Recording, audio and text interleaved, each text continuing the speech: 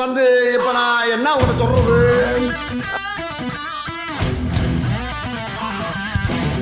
March April May மாசம் வெயில் வாட்டி எடுக்கக்கூடிய அந்த மாசங்கள்ல தான் தர்பூசணி சீசன் வரும். ஆனா பாருங்க, அந்த சீசன் முடிஞ்சதுக்கு அப்புறமும் இப்ப தமிழ்நாட்டுல தர்பூசணி சீசனா இருக்கு.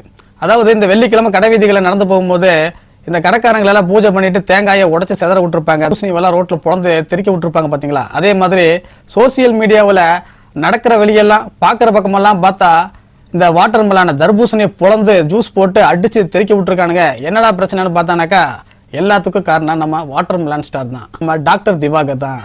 பொதுவா இந்த மாதிரியான ஆட்கள் எல்லாம் சோசியல் மீடியாவில் பரபரப்பாய் ஃபேமஸ் ஆகிறத பார்க்கும்போது நார்மலா வீடியோ போட்டுருக்கக்கூடிய ஆட்கள் எல்லாம் டே என்னடா இது கொடுமை, ஏன் நம்மளாம் எவ்வளோ கஷ்டப்பட்டு நல்ல நல்ல வீடியோக்கெல்லாம் போடுறோம், எவனும் மதிக்க மாட்டேங்கிறான், அட ஒரு 1000 ஃபாலோவர்ஸ் கூட வர மாட்டேங்கிறான்.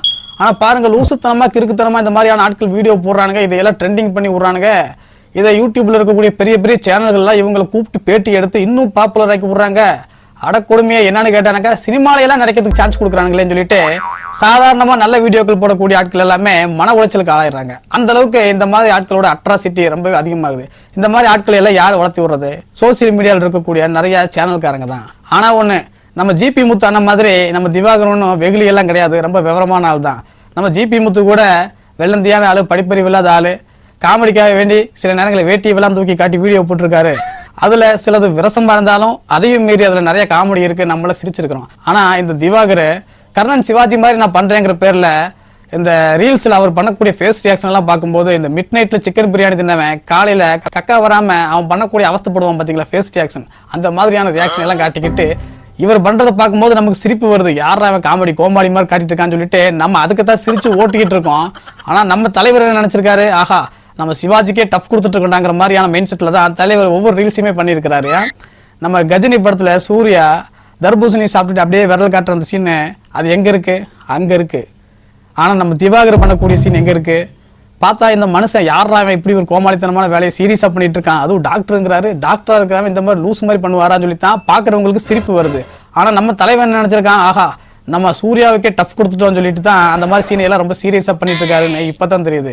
இவரை கூப்பிட்டு ஏன் நிறைய யூடியூப் சேனல்களை பேட்டி எடுத்தாங்கன்னு சொன்னாக்கா, டாக்டர் படிச்சிருக்கேங்கிறாரு, மானக்கேடு இல்லாம வெக்கம் இல்லாம இந்த மாதிரியான ஃபேஸ் ரியாக்ஷன் எல்லாம் காட்டுறாரு, பேட்டி கொடுக்கும் போதே திடீர்னு சட்டையை கட்டி எல்லாம் காட்டுறாரு.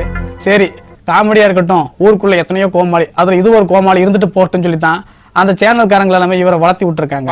ஆனா இவரும் தெளிவா தான் இருந்திருக்காரு, ஏன்டா நம்மள காமெடியா கோமாளியா நினைச்சா பேட்டி எடுத்துட்டு இருக்கீங்க, எனக்கு ஒரு டைம் வரும்போது அப்ப நான் காட்டுறேன்னு சொல்லிட்டு அந்த நேரத்தை அவங்க கூப்பிட்ட இழுப்புக்கெல்லாம் இழுத்த மாதிரி அவங்க கேட்கிற கேள்விக்கெல்லாம் லூசுத்தனமா பதில் சொல்லி அவரும் எப்படியோ அந்த பேட்டிகளை எல்லாம் தனக்கு சாதகமா பயன்படுத்திக்கிட்டு நல்லாவே பாப்புலர் ஆயிட்டாரு. கடைசியில அவருக்கு பாத்தீங்கன்னா சினிமா சான்ஸ் எல்லாம் கிடைச்சிருச்சு.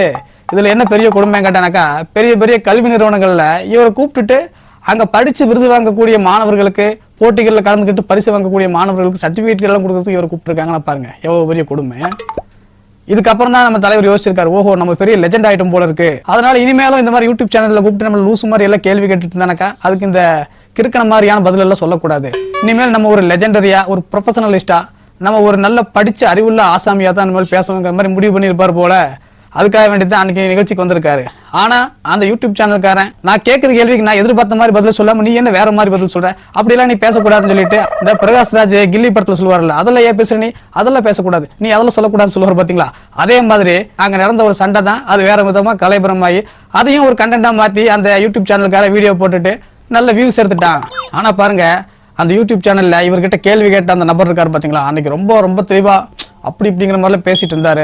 அவர் ஒன்றும் அவ்வளோ பெரிய நல்லவரும் கிடையாது. இவர் ஏற்கனவே நம்ம பயில்வான் ரங்கநாதனை கூப்பிட்டு உட்கார வச்சுட்டு நடிகைகளோட பெட்ரூம் அந்தரங்கங்களை எல்லாம் தூண்டி தூண்டி கேள்வி கேட்டு அதை சேனல்ல போட்டு நல்ல வியூஸ் எடுத்தவர் தான். இந்த மாதிரியான பெட்ரூம் ரகசியங்களை எல்லாம் பத்தி ஸ்பெஷலான வீடியோக்களை தொடர்ந்து கேட்டுக்கிட்டும் பேசிக்கிட்டு இருந்த நபர் தான்.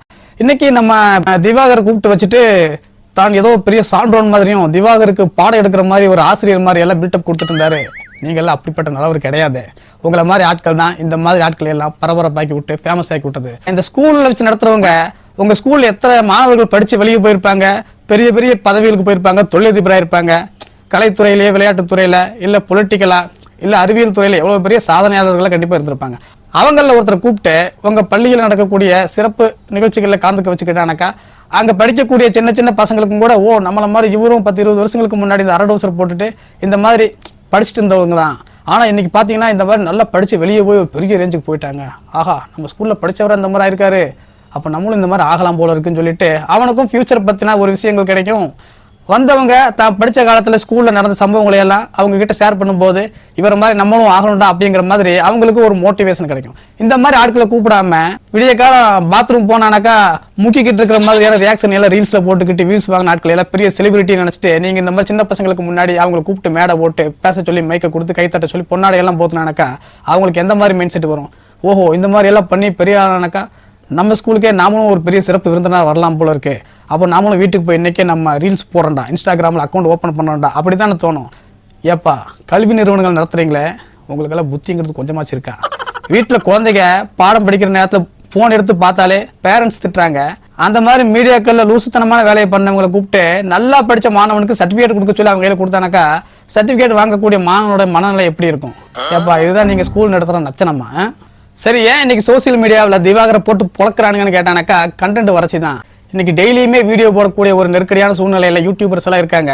பொலிட்டிக்கலா சேனல் நடத்துறவங்களுக்கு எல்லாம் பாத்தீங்கன்னா எக்கச்சக்கமான கண்டென்ட் கொட்டி கிடக்குது. விஜயோட அரசியல் கட்சியை பத்தின கண்டென்ட், அப்புறமா நம்ம எடப்பாடி பழனிசாமி அவர்கள் வந்து சுற்றுப்பயணம் போயிருக்காரு பாத்தீங்களா, அதை பத்தின கண்டென்ட், அப்புறமா நார்த் இந்தியன் பாலிடிக்ஸ், தமிழ்நாட்டில் நடக்கக்கூடிய பாலிடிக்ஸ், சீரியஸான விஷயம் பேசுறவங்களுக்கு பார்த்தானாக்கா இந்த திருநெல்வேலியில நடந்த ஆணவ கொலைன்னு எக்கச்சக்கமான கண்டென்ட் கொட்டி கிடக்குது.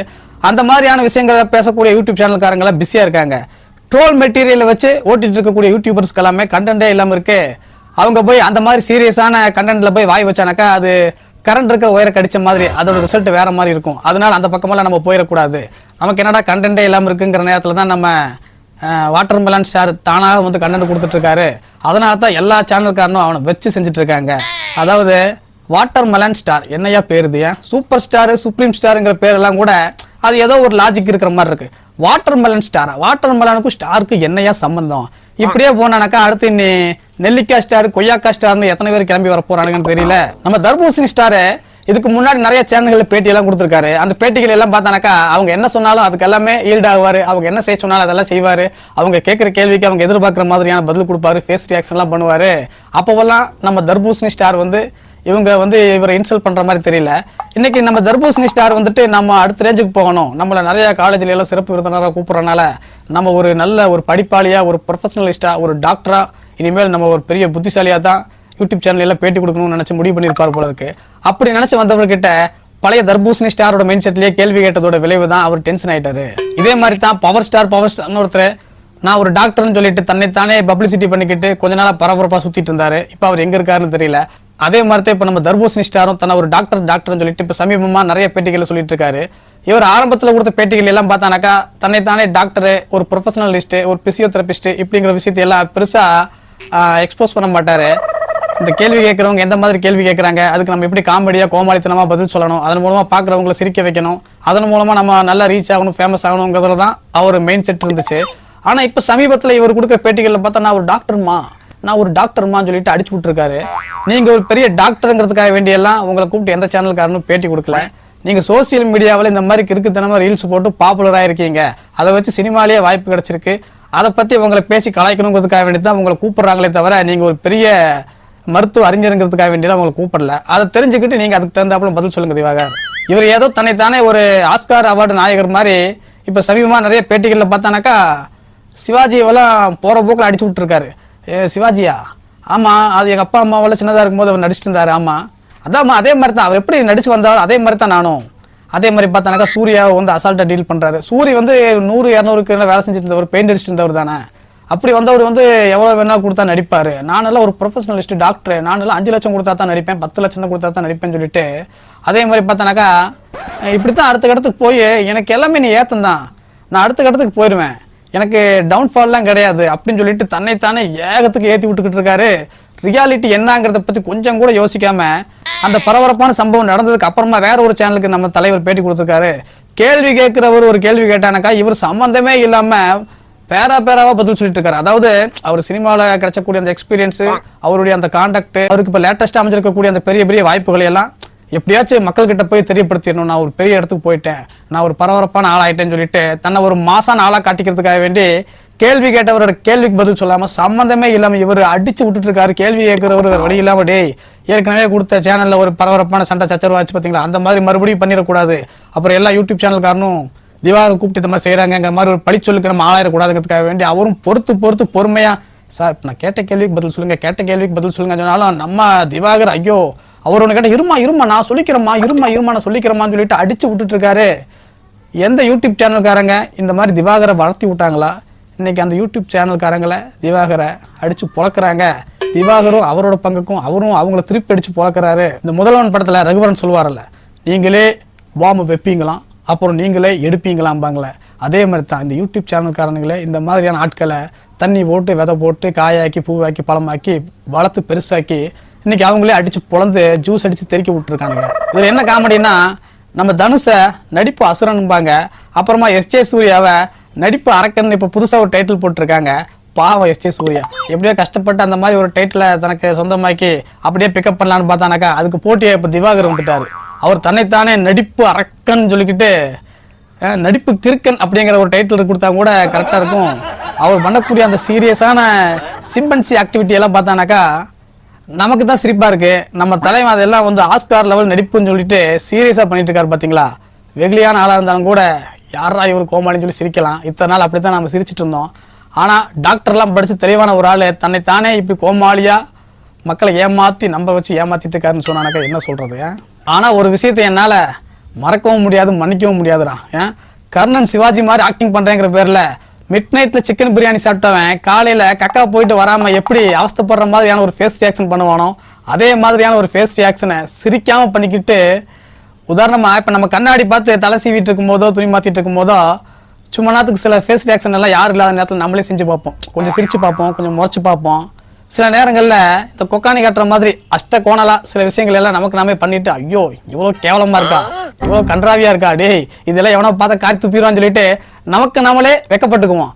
ஆனா அந்த மாதிரியான ரியாக்ஷன் எல்லாம் ஒரு பப்ளிக் மீடியாவில் வந்து ஊன்னெல்லாம் காட்டிட்டு சீரியஸா பண்ணிட்டு இதை பார்த்து எல்லாம் சிரிக்கட்டும் சொல்லி பண்ணாங்க கூட சரி ஏதோ காமெடின்னு எடுத்துக்கலாம். ஆனா அதால பாருங்க நம்ம சிவாஜிக்கே டஃப் கொடுக்குறோங்கிற மாதிரியான ஒரு மைண்ட் செட்ல சீரியஸா பண்ணிட்டு இருந்திருக்காரு. எனக்கு வந்து நடிப்பு வந்து ரத்தத்திலே ஊறி இருக்குமா, நான் ஒரு நடிப்பு அரக்கன்மா, இது வந்து அப்படிமா இப்படிமா சொல்லி தன்னைத்தானே அதால் பில்டப் கொடுக்கறதெல்லாம் ஒரு வெகுளியான ஆள் பண்ணா கூட ஏத்துக்கலாம்டா. ஒரு 5 வருஷம் பிசியோதெரப்பி படிச்சுட்டு வந்து ஒரு டாக்டர் இது எல்லாம் பண்றாருன்னு சொன்னானாக்கா நம்பர் மாதிரியா இருக்கு. மக்களே எப்படி நம்ப வச்சு நம்ம மாக்கானாக்கிட்டு இருக்காரு பாத்தீங்களா. நல்ல வேலை சிவாஜி உசுரோடு இல்லைனாக்கா சிவாஜி செத்த கேஸ்ல இந்த ஆளை பிடிச்சி உள்ள போட்டுருப்பானுங்க. பரதமலை படத்துல வடிவேலு கிட்ட மகாநதி சங்கர் வந்துட்டு ஏட்டையா எல்லா ரவுடியும் உங்களை அடிச்சு ஃபேமஸ் ஆயிட்டாங்க, நானும் ஃபேமஸ் ஆகணும் சொல்லும் போது வடிவேல் சொல்லுவார்ல, டேய் நான் கடை வீதிக்கு வரேன்டா, அங்க வச்சு என்ன அடிச்சு நீ ஃபேமஸ் ஆகும் சொல்லும் போது இல்ல இப்பவே அடிக்கணும், இப்பவே அடிச்சு போலீஸ் ஸ்டேஷன்ல அடிச்சா தான் ஃபேமஸ் ஆக முடியும்னு சொல்லுவார் பாத்தீங்களா. அதே மாதிரி எல்லா சேனல்காரனும் நம்ம தர்பூசணி ஸ்டார் அடிச்சு தூள் கிளப்பி ஃபேமஸ் ஆயிட்டு இருக்கானுங்க.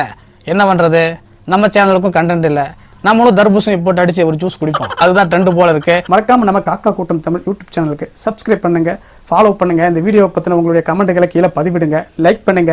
இந்த வீடியோக்களை உங்களுடைய ஃப்ரெண்ட்ஸுகளுக்கு ஷேர் பண்ணுங்க. மீண்டும் வேறு வீடியோவில் உங்களை சந்திக்கிறேன். அதுவரை உங்களிடமிருந்து விடைபெறுவது உங்கள் நண்பன் டிடி ப்ரோ. மகிழ்ச்சி பரவட்டும்.